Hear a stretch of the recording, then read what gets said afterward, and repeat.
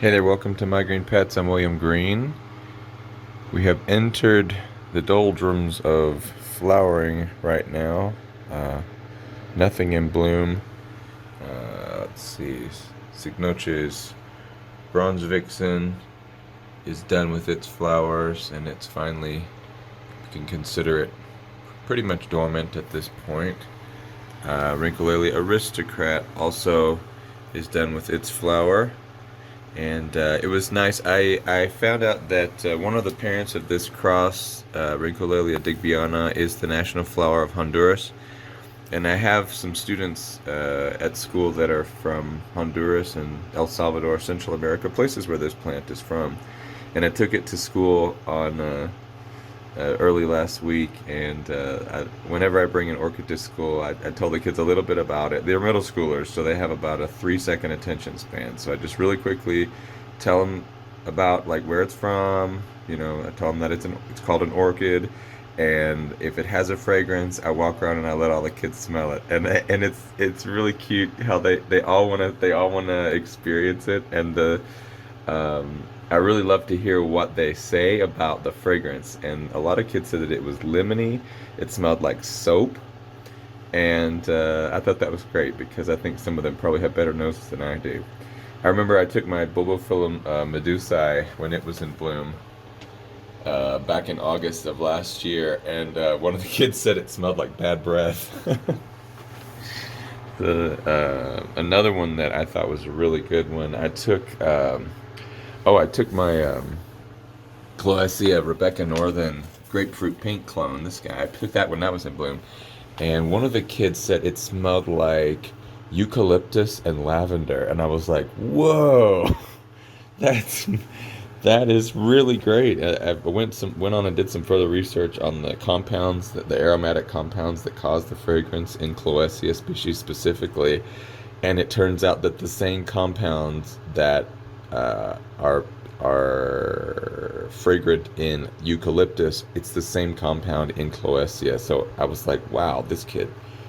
And I mean, it's crazy how, you know, I don't he doesn't do particularly well in my class, but he has a good nose and a good knowledge of fragrances, which I thought was really crazy for a seventh grader.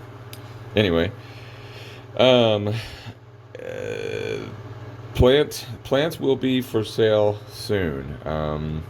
Just gonna go real quick on what's gonna be up for grabs. So this is a Cattleya Triony. It's still a seedling, but it's getting close to being big enough, and it's kind of crowding its little pot here, and it's supposed to be bred to be a really dark one. I have 2 copies of Cattleya Triony AC Burridge, and I'm going to try to sell one of them. This big Cattleya labiata that bloomed for the first time in December, we're going to be selling that. This whole thing is this big plant here. And then it has a smaller sibling down here I'm going to also sell. These are from Steve Christopherson's breeding. I have 2 Cattleya Maxima Ceruleas. I'm going to keep one of them and sell the other one. I'm also going to put for sale this Cattleya. It's a new hybrid by SVO. It's a Grace done by Dodsoniana. Also, I've got some Blossfeld Diana seedlings that I'd like to sell, specifically these guys. They don't look super good, but they are growing new growth. We'll see if anybody wants them. There's some new roots poking out there. They're just not real. I just kind of separate them all, and they're not quite established yet. Let's see what else. I've got a little Paphiopedilum callosum down here I would like to sell. It has beautiful little flowers, and I just haven't had a whole lot of luck with it since moving to Colorado. I also have a Bulbophyllum crocium, and it's got a new little growth pushing out there. Oh, two little growths pushing out. That one's kind of a rare one and really cool little flowers.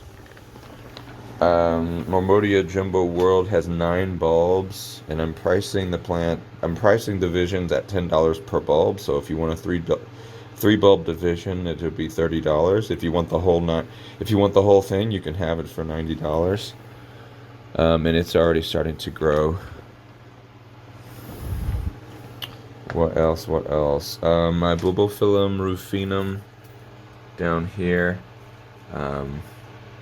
Gonna put that up for sale. I am planning on doing a back bulb division of Hal, so I'm thinking of splitting him right here, and these back bulbs, putting those up for sale. And I think that's everything that I'm gonna put up for now. But I'm gonna have a website set up with the pictures of the plants that are for sale and the prices and contact information. So I'm not gonna move forward on any kind of sales until that's ready. But just a heads up that that's probably what's gonna be up for grabs. And yeah, I've been taking these 3 Nepenthes out every day and just really diligently taking a cotton swab and dipping it in a neem oil solution and just kind of scrubbing the undersides of the leaves and looking for little red specks.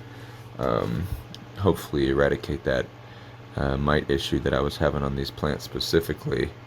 And also, when the weather gets warmer, I'm planning on getting a shipment of predatory mites to put specifically on these Nepenthes plants.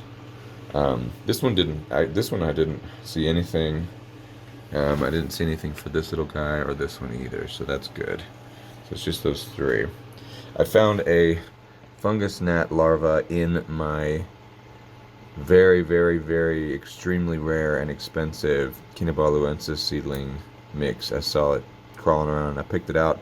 So I've mixed up some mosquito dunks to try to eliminate any fungus gnat larvae that might be in there, because they will destroy the roots and kill those little baby seedlings. And then I recalibrated my fan so that on the timer so that it's on for half an hour and then it's off for 2 hours, because it's drying things out so much. I mean, the air circulation is so extreme in here, and the tent is not really made to be airtight. I mean, the plastic is just kind of sitting across the top. It's not sealed in any way.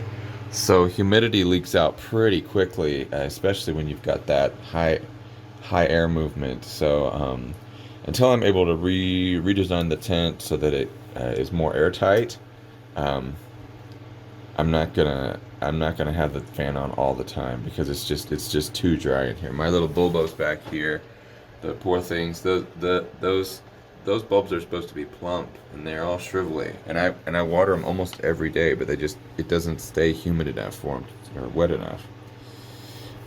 Another thing that I noticed is that I've got this little collection of Pinguicula, and I noticed that they weren't really catching very many fungus gnats at all. And I was like, well, that's weird, because I see pictures of people's, just covered in them. Well, I turned the fan off, and wouldn't you know, with the fan off, this thing started catching them. It caught 3 yesterday, and there were a couple over here that got caught as well. So, I'm hoping, I realize it's a risky move to have the fan off at all. The air movement is really, really, really important. So I'm prepared to see some scary consequences for having the fan not on all the time. But I'm also hopeful that maybe it won't be that bad, and that the benefits with the plant's moisture levels and just plants being able to, I don't know, I'm hoping the plants will do okay. So lots of the Cattleya types are already starting to push out new growth. You can see back here at the base of Cypnochus Cooper, you can see little green growth pushing out there. And these little guys too, pushing out new growth. You can see the green. So that is starting, and that means that there is definitely limited time to start repotting these things before they start pushing out roots, and it could be, I don't want to set them back by repotting them while they're rooting. This thing, for example, it hasn't started to grow quite yet, but how it's at the edge of the pot, it has to be repotted because the new growths are just going to jump right off the edge. So that's going to get done maybe today. Lots to do, lots to do. So that's it for this week. Oh, one more thing. This seed pod of Rebecca Northen by Rebecca Northen still developing, so hopeful that that's going to actually go full term. Might be a 6 months, 8 months, a year. I'm not sure how long it takes for those to develop, but really excited and hope that we do get some actual seed out of that, because that'd be a really great one. All right, well, that is it for today. Thank you so much for stopping by, and we'll see you again next week right here on My Green Pets. I'm William Green. See ya.